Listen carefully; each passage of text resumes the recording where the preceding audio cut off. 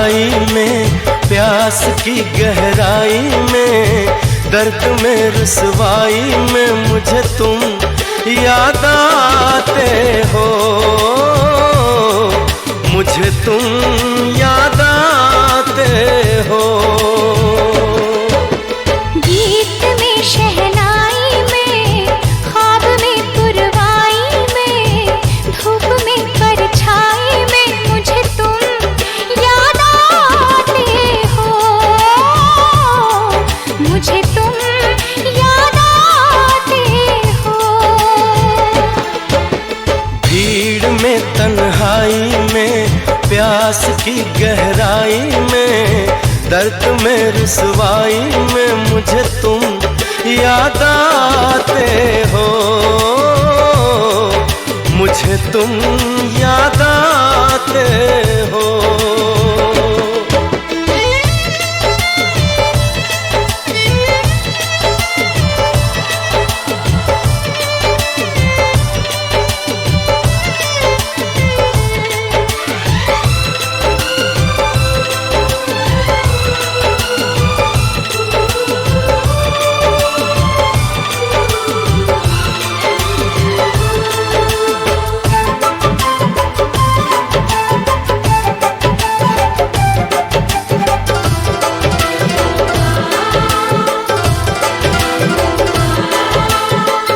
तेरी चाहते मेरी जिंदगी, तेरे प्यार को मैं भुला ना सकूं।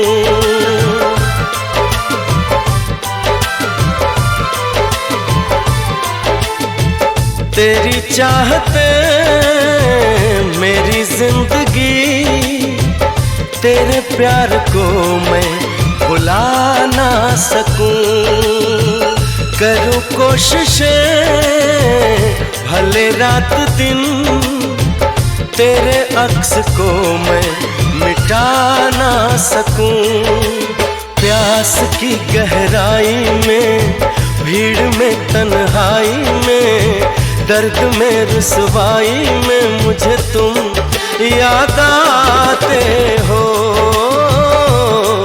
मुझे तुम याद आते हो। गीत में शहनाई में, ख्वाब में पुरवाई में, धूप में परछाई में मुझे तुम याद आते हो, मुझे तुम याद आते हो।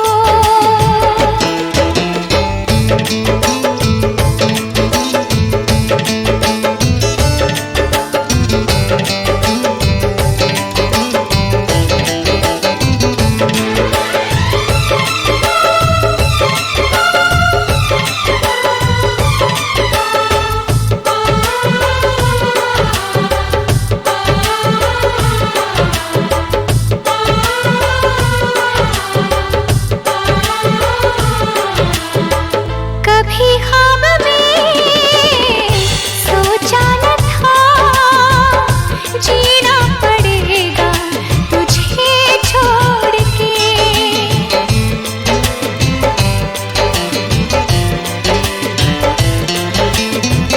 कभी ख्वाब में सोचा न था, जीना पड़ेगा तुझे छोड़ के। सनम जो तेरा इशारा मिले, चली आओ सारी कसम तोड़ के। जुल्फ की रानाई में, भीड़ में तन्हाई में, दर्द में रुसवाई में मुझे तुम याद आते हो, मुझे तुम याद आते हो। भीड़ में तन्हाई में, प्यास की गहराई में, दर्द में रुसवाई में मुझे तुम याद आते हो, मुझे तुम याद आते हो। गीत में शहनाई में, ख्वाब में पुरवा